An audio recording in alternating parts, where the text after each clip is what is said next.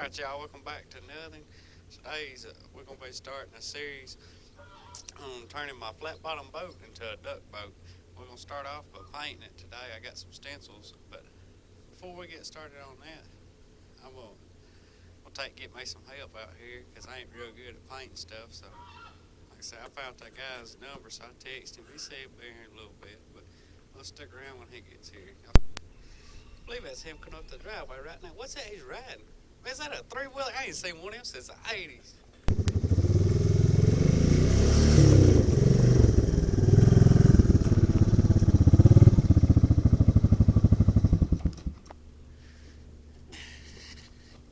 Y'all needed a painter? Oh, come on, man. I knew I recognized that number. Wasn't you a welder last time you showed up? What happened to that? Yeah, that little stunt you pulled on YouTube ended my welding career, so I had to get rid of Piglet and trade in for a Big Red here. Yeah, I'll paint whatever you want me to, though. I'll still paint for you. Don't pull that crap again. Well, you definitely look more like a painter than you did a welder to me. But I wouldn't let you paint a kid's playset, much less touch my boat. I think I'm going to try it on my own, thank you. Well, fine then, paint it yourself, boy. Man, what's wrong with you?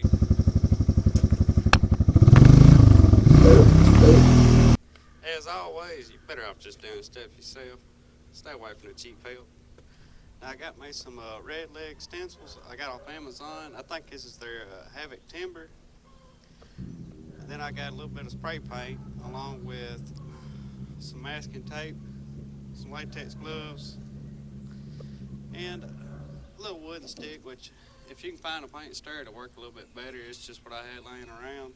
And a piece of angle iron I'm just setting up there to show y'all what I'm using it for later. But the paint, as far as it goes, I'm going to be using some satin espresso for my brown, and for my flat black, it's just a rust preventative sprayer.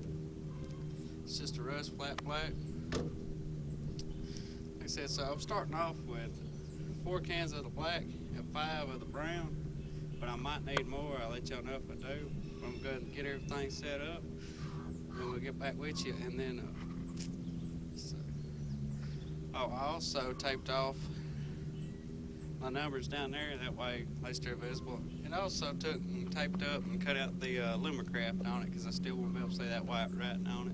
And I don't think it's really going to much matter if ducks is that close. Little stencil just taped on there with a little bit of masking tape. And I took that angle iron. The reason why I got it on the boat is so it catches that top half and it's not flopping back and forth. Because if it does, it'll fold over. It won't give you a good clean line. And the little stick, I'm going to use it to press in because you see it's got little gaps to give it a good flat spot where whenever you paint it, you got good crisp lines and it's not just real cloudy like in it. Gives it a cleaner look. I'm going to start off with this satin espresso and paint all my little blotches on, and then we'll let that dry and we'll come back. We'll move on down to another spot and we'll do it again.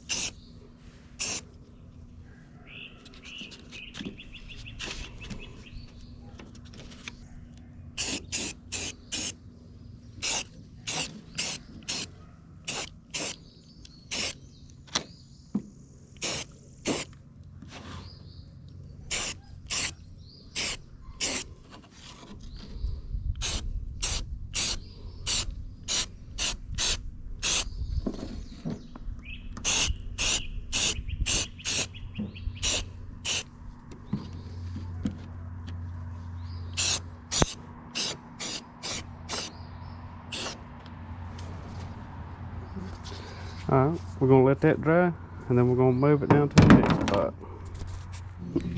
One thing I noticed right after I moved that is I kind of went a little heavy to spray paint, so you kind of want to keep it back some and just do a little bit light, because if not you'll have run spots. Like I got one there and one right there and a few other little runny spots as well, looks like. But from a distance I don't think it's going to stand out real bad, and it's really my first time painting a boat, so I didn't expect it to turn out just as good as it would if you wouldn't got one from a factory. But so moved it on down. I'm gonna go ahead and finish putting all these around down the boat. Then once I do that, I'll show you what it looks like, and then when everything's dry we'll come back. I'm gonna use this tree bark stencil to put on there. We'll spray paint it with the black, see how it turns out.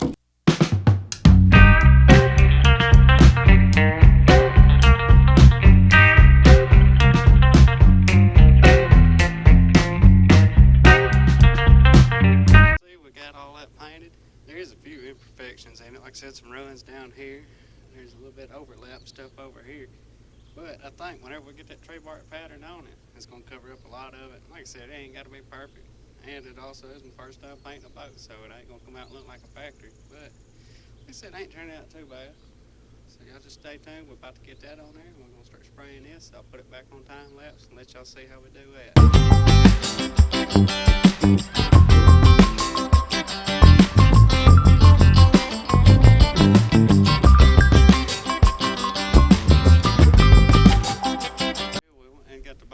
I painted the rest of it and saved y'all a time from you can get too bored watching me paint the whole boat the same as I done this side. But this side didn't turn out quite as good because I kind of rushed it on the stencils and they was still a little bit wet. I wasn't getting long enough time to dry, so I got a little bit of smearing on that side, so it don't look quite as good. But like I said, it's still good enough. I think it should work. And those spray paint cans, I ended up only using about 2 of each color. Like I said, I thought I was gonna need more than that, but like I said, I got some extra, and I might even redo it other side eventually.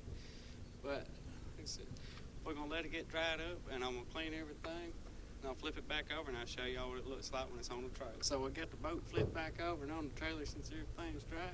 Like I said, it didn't turn out too bad, but this side there is still a lot more spots where it kind of clumped up and got a little bit runny and stuff, and it's a little cloudy in certain spots, but I don't think it's going to matter a whole lot because I do plan on putting a blind on the boat, but I want one I can take back off, so I've been looking into different ideas on that as well. But as always, thank y'all for watching. Y'all tune back in for another.